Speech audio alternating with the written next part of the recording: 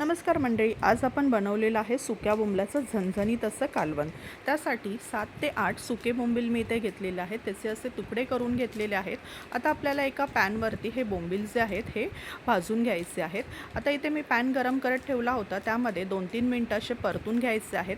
परतून झाल्यावरती एका प्लेटमध्ये आपल्याला हे बोंबील काढून घ्यायचे आहेत। 3-4 वेळेस पाणी टाकून हे स्वच्छ धुवून घ्यायचे आहेत, म्हणजे त्याच्यामधील सर्व घाण ही निघून जाते। आता त्याच बोंबलामध्ये थोडंसं पाणी ठेवलेलं आहे आणि अर्ध लिंबू पिळून घेतलेला आहे, जेणेकरून ह्या बोंबलाचा जो वास असतो हा निघून जातो।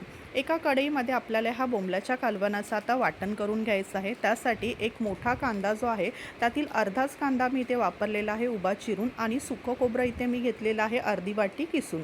आता हे छान वाटण जे आहे खरपूस आपल्याला भाजायचं आहे। बघा मस्तपैकी चॉकलेटी रंग ह्याला आलेला आहे।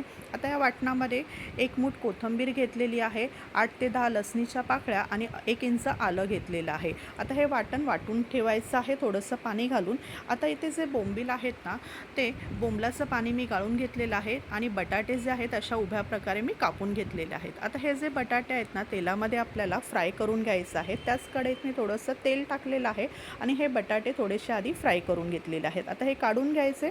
त्यानंतर जे बोंबील आहेत त्याचं पाणी गाळून घेतलेलं आहे, आता तेही तेलावरती परतून घ्यायचे आहेत। 2-3 मिनटं परतल्यानंतर हे मस्तपैकी भाजून असे घ्यायचं आहे। थोडंसं लिंबू पिळायचं आहे त्यामध्ये, आणि आपल्याला हे बोंबील जे आहेत हे आता काढून त्या प्लेटमध्ये ठेवायचे आहेत। आता हे बोंबील छानपैकी असे भाजलेले आहेत, 2-3 मिनटं मी मस्त फ्राय करून घेतले। आता त्याच कढईमध्ये पुन्हा थोडंसं तेल टाकूया।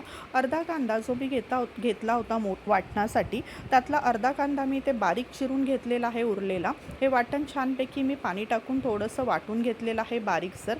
आता कांदा परतल्यानंतर ते वाटण छानपैकी ह्यामध्ये पहिल्यांदा परतून घ्यायचं आहे। आता आपण जो आहे इथे आलं आणि लसूण कच्चंच टाकलं होतं, त्यामुळे आपल्याला हे छान आधी परतून घ्यायचं आहे। त्यामध्ये थोडीशी हळद, 1 चमचा मालवणी मसाला इथे मी टाकलेला आहे। थोडंसं झाकण ठेवून हे 2-3 मिनटं तसंच ठेवून द्यायचं आहे। आणि एक टोमॅटो, मोठा टोमॅटो आता वाटून घेतलेला आहे मिक्सरमध्ये, त्याची ग्रेव्ही मी इथे पेस्ट टाकलेली आहे टोमॅटोची, तर ती पण ह्यामध्ये टाकायची आणि छान परतून घ्यायची 3 ते 4 मिनटं। आता ही जी पेस्ट आहे बघा, मस्तपैकी ह्याचं पाणी जे आहे आटेपर्यंत आपल्याला ही पेस्ट परतून घ्यायची आहे। थोडंसं मीठ टाकलेलं आहे, आणि जे बोंबील आणि बटाटा आपण फ्राय करून ठेवला होता तर तो पण ह्या वाटणामध्ये टाकायचा आहे, आणि वाटणामध्ये चांगला पहिल्यांदा मिक्स करून घ्यायचं आहे।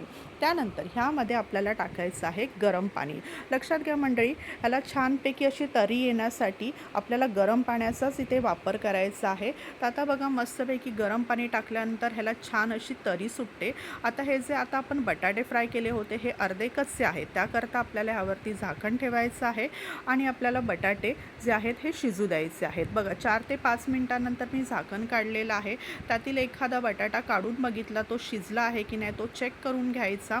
मीठ वगैरे पण ह्या स्टेजला तुम्ही चेक करू शकता, आणि ह्यामध्ये जर मीठ कमी असेल तर थोडंसं मीठ ह्यामध्ये ॲड करू शकता। वरून थोडीशी कोथिंबीर टाकलेली आहे, आणि इथे सुक्या बोंबलाची जी आपली ग्रेव्ही आहे ही रेडी झालेली आहे। तर बघा ही आता काय करायचं आपल्याला, चपाती, भात, भाकरी जे पण तुम्ही आवडीने खात असाल त्याच्यासोबत ही जी ग्रेव्ही आहे ही तुम्ही खाऊ शकता। तर मस्त चवीला भन्नाट अशी ही ग्रेव्ही लागते। जर तुम्हाला सुकी मच्छी आवडत असेल तर नक्की एकदा ट्राय करा, आणि जाता जाता चॅनलला सबस्क्राईब करायला विसरू नका।